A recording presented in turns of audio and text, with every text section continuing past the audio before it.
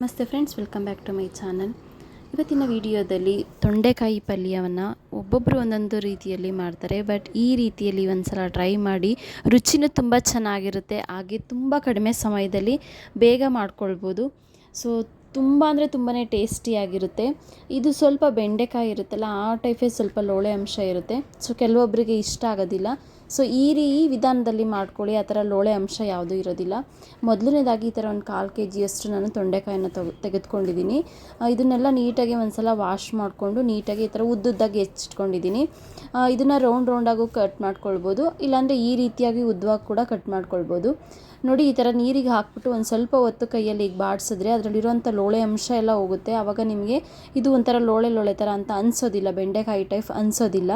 ಇದೊಂದು ಟ್ರಿಕ್ಸ್ನ ಉಪಯೋಗಿಸ್ಕೊಳ್ಳಿ ಈ ಥರ ತೊಂಡೆಕಾಯಿ ಪಲ್ಯ ಮಾಡಬೇಕಾದ್ರೆ. ಸೊ ಕೆಲವೊಬ್ಬರಿಗೆ ಈ ಒಂದು ಲೋಳೆ ಅಂಶ ಇರೋದ್ರಿಂದ ತೊಂಡೆಕಾಯಿ ಅಷ್ಟು ಇಷ್ಟ ಆಗೋದಿಲ್ಲ, ಬಟ್ ಹೆಲ್ತ್ ಬೆನಿಫಿಟ್ ತುಂಬಾ ಇರುತ್ತೆ. ನಾನು ಇದನ್ನು ಕುಕ್ಕರಲ್ಲಿ ಬೇಯಿಸ್ಕೊಳ್ತಾ ಇದ್ದೀನಿ. ಇದಕ್ಕೆ ಒಂದು ಸ್ವಲ್ಪ ರುಚಿಗೆ ತಕ್ಕಷ್ಟು ಉಪ್ಪು, ಹಾಗೆ ಒಂದು ಸ್ವಲ್ಪ ಅರಿಶಿನ, ಅದು ಸ್ವಲ್ಪ ಮುಳುಗುವಷ್ಟು ನೀರು ಹಾಕಿ ಇದನ್ನು ಒಂದು 2 ರಿಂದ 3 ವಿಷಲ್ ಕೂಗಿಸ್ಕೊಂಡ್ರೆ ಚೆನ್ನಾಗಿ ಬೆಂದಿರುತ್ತೆ. ಸೊ ಈಸಿ ಆದಂಥ ಒಂದು ಮೆಥಡ್ ಅಂತಲೇ ಹೇಳ್ಬೋದು. ಇದಕ್ಕೆ ಒಂದು ದೊಡ್ಡ ಸ್ಪೂನಲ್ಲಿ 1 ಸ್ಪೂನಷ್ಟು ಕಡಲೆ ಬೀಜನ ಹುರ್ಕೊಳ್ತಾ ಇದ್ದೀನಿ. ಇದು ಒಂದು ಎಕ್ಸ್ಟ್ರಾ ಟೇಸ್ಟ್ ಕೊಡುತ್ತೆ ಈ ಒಂದು ತೊಂಡೆಕಾಯಿ ಪಲ್ಯಕ್ಕೆ. ಇದನ್ನು ನಾವು ರೋಸ್ಟ್ ಮಾಡಿಕೊಂಡು, ಅಂದರೆ ಒಂದು ಸ್ವಲ್ಪ ಕೆಂಪು ಬಣ್ಣ ಬರಬೇಕು, ಈ ರೀತಿಯಾಗಿ ಇದ್ರ ಕಡಲೆ ಬೀಜನ ಹುರ್ಕೊಳ್ಬೇಕು. ಡ್ರೈ ರೋಸ್ಟ್ ಮಾಡ್ಕೊಳ್ಬೇಕು, ಆಯಿಲನ್ನು ಯೂಸ್ ಮಾಡಬಾರ್ದು. ಇದೇನೆಂದರೆ ಎಕ್ಸ್ಟ್ರಾ ಟೇಸ್ಟ್ ಕೊಡುತ್ತೆ ನಮಗೆ ಈ ಒಂದು ತೊಂಡೆಕಾಯಿ ಪಲ್ಯಕ್ಕೆ. ಸೊ ಅದು ಹುರಿದಾದ್ಮೇಲೆ ಒಂದು ಕಡೆ ಸೈಡ್ಗೆ ಎತ್ತಿಟ್ಕೊಂಡು, ಇದಕ್ಕೆ ನಾನು ಒಂದು ಬಟ್ಲಷ್ಟು ಕಾಯಿ ತೊಗೊಂಡಿದ್ದೀನಿ. ಹಸಿ ಕಾಯಿ ತೊಗೊಂಡ್ರೆ ತುಂಬಾ ಟೇಸ್ಟಿಯಾಗಿರುತ್ತೆ. ಹಾಗೆ ನಾವು ಹುರಿದಿರೋ ಅಂಥ ಕಡಲೆ ಬೀಜನ ಹಾಕ್ಕೊಂಡು ನೀರು ಹಾಕದಲ್ಲೇ ಇದನ್ನು ಗ್ರೈಂಡ್ ಮಾಡ್ಕೊಳ್ಬೇಕು. ಈ ರೀತಿ ತರಿಯಾಗಿ ರುಬ್ಕೊಳ್ಬೇಕು, ತುಂಬ ನುಣ್ಣಗೇನು ಬೇಕಾಗಿಲ್ಲ. ಸೊ ಅದೆಲ್ಲ ಆದಮೇಲೆ ಒಂದು ಬಾಣಲಿ ಇಟ್ಕೊಂಡು, ಒಂದು ಪಾತ್ರೆ ಇಟ್ಕೊಂಡು ಅದಕ್ಕೆ ಆಯಿಲ್ನ ನಾನು ಹಾಕ್ಕೊಳ್ತಾ ಇದ್ದೀನಿ. 1 ಸ್ಪೂನಷ್ಟು ಆಯಿಲ್ ಹಾಕ್ಕೊಂಡಿದ್ದೀನಿ, ನೀವು ಜಾಸ್ತಿ ಬೇಕಾದರೂ ಯೂಸ್ ಮಾಡ್ಬೋದು. ಸೊ ಒಗ್ಗರಣೆಗೆ ಸಾಸಿವೆ, ಜೀರಿಗೆ, ಕರಿಬೇವಿನ ಸೊಪ್ಪು, ಅದು ಬೆಳ್ಳುಳ್ಳಿ, ನೀವು ಯಾವ್ಯಾವುದು ಮಾಮೂಲಿ ಒಗ್ಗರಣೆಗೆ ಯೂಸ್ ಮಾಡ್ತೀರೋ ಎಲ್ಲದನ್ನು ಕೂಡ ನೀವು ಯೂಸ್ ಮಾಡ್ಬೋದು. ಸೊ ಇದು ಒಗ್ಗರಣೆ ಎಲ್ಲ ಹಾಕ್ಕೊಂಡಿದ್ದಾದಮೇಲೆ ಇದಕ್ಕೆ ನಾನು ಹಸಿಮೆಣ್ಸಿನ್ಕಾಯಿನ ನಾನು ಯೂಸ್ ಮಾಡ್ತಾಯಿದ್ದೀನಿ.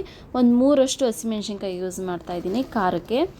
ನೀವು ನೋಡಿಕೊಂಡು ಖಾರ ತಿಂತೀರಾ ಅಂತಂದರೆ ನೀವು ಇನ್ನೊಂದು ಸ್ವಲ್ಪ ಆ್ಯಡ್ ಮಾಡ್ಕೊಳ್ಬಹುದು. ನಮ್ಮ ಮನೇಲಿ ಮಕ್ಕಳು ಇರೋದ್ರಿಂದ ಖಾರ ತಿನ್ನೋದಿಲ್ಲ. ಹಾಗೆ ಒಂದು ದೊಡ್ಡ ಈರುಳ್ಳಿಯನ್ನು ಸಣ್ಣದಾಗಿ ಹೆಚ್ಚಿಟ್ಕೊಂಡಿದ್ದೀನಿ.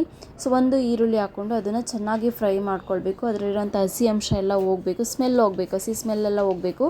ಅಲ್ಲಿವರೆಗೂ ಚೆನ್ನಾಗಿ ಇದನ್ನು ಬಾಡಿಸ್ಕೊಳ್ಬೇಕು. ನೀವು ಇದಕ್ಕೆ ಬೇಕಿದ್ದರೆ ಟೊಮೊಟೊ ಯೂಸ್ ಮಾಡ್ತೀನಿ ಅಂತಂದರೆ ಟೊಮೊಟೊ ಕೂಡ ಯೂಸ್ ಮಾಡ್ಬೋದು, ಬಟ್ ನಾನಿಲ್ಲಿ ಟೊಮೊಟೊನ ಆ್ಯಡ್ ಮಾಡಿಲ್ಲ. ಸೊ ಈರುಳ್ಳಿ ಚೆನ್ನಾಗಿ ಫ್ರೈ ಆಗಬೇಕು, ಗೋಲ್ಡನ್ ಕಲರ್ ಬರೋವರೆಗೂ ಫ್ರೈ ಆಗಬೇಕು. ಈ ಥರ ಈರುಳ್ಳಿನ ನಾವು ಎಣ್ಣೆ ಚೆನ್ನಾಗಿ ಬಾಡಿಸ್ಕೊಂಡ್ರೆ ಒಂದು ಎಕ್ಸ್ಟ್ರಾ ಟೇಸ್ಟ್ ಕೊಡುತ್ತೆ.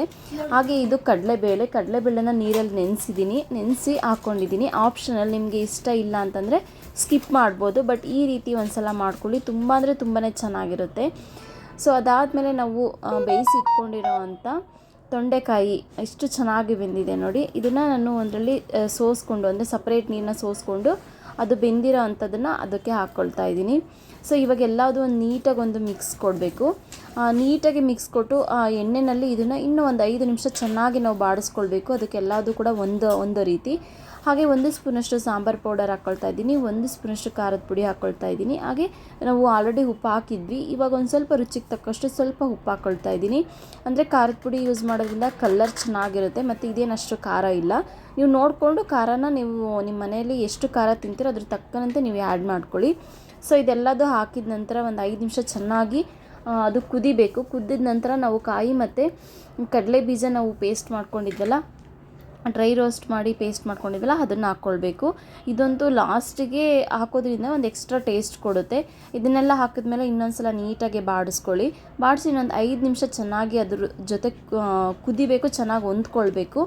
ಸೊ ಈ ಥರ ಮಾಡ್ಕೊಳ್ಳೋದ್ರಿಂದ ಏನಾಗುತ್ತೆ, ಕ್ವಿಕ್ಕಾಗಿ ಕೂಡ ಆಗುತ್ತೆ, ಈಸಿಯಾಗಿ ಮಾಡ್ಕೊಳ್ಬೋದು, ಬಟ್ ಟೇಸ್ಟ್ ಚೆನ್ನಾಗಿರುತ್ತೆ. ಲಾಸ್ಟಿಗೆ ಒಂದು ಸ್ವಲ್ಪ ಕೊತ್ತಂಬರಿ ಸೊಪ್ಪು ಹಾಕ್ಕೊಂಡ್ರೆ ತೊಂಡೆಕಾಯಿ ಪಲ್ಯ ರೆಡಿ ಆಗುತ್ತೆ. ಸೊ ಚಪಾತಿ, ರೊಟ್ಟಿ, ಪೂರಿ ಎಲ್ಲದಕ್ಕೂ ಚೆನ್ನಾಗಿ ಸೂಟ್ ಆಗುತ್ತೆ. ನೀವು ಅನ್ನ ಸಾಂಬಾರಲ್ಲಿ ಸೈಡ್ ಡಿಶ್ಶಾಗಿ ಕೂಡ ಇದನ್ನು ಯೂಸ್ ಮಾಡ್ಕೊಳ್ಬಹುದು. ಸೊ ಇವತ್ತಿನ ವಿಡಿಯೋ ನಿಮಗೆ ಇಷ್ಟ ಆಗಿದೆ ಅಂತ ಅಂದ್ಕೊಂಡಿದ್ದೀನಿ. ಇಷ್ಟ ಆಗಿದ್ರೆ ಪ್ಲೀಸ್ ಒಂದು ಲೈಕ್ ಕೊಡೋದನ್ನು ಮರಿಬೇಡಿ. ಹಾಗೆ ಈ ವಿಡಿಯೋನ ತುಂಬ ಜನಕ್ಕೆ ಶೇರ್ ಮಾಡಿ, ಹೆಲ್ಪ್ ಆಗಲಿ. ಸೊ ಯಾರೆಲ್ಲ ತೊಂಡೆಕಾಯಿ ಇಷ್ಟಪಡಲ್ಲ, ಖಂಡಿತ ಈ ರೀತಿ ಒಂದು ಸಲ ಟ್ರೈ ಮಾಡಿ, ತುಂಬ ಟೇಸ್ಟಿಯಾಗಿರುತ್ತೆ.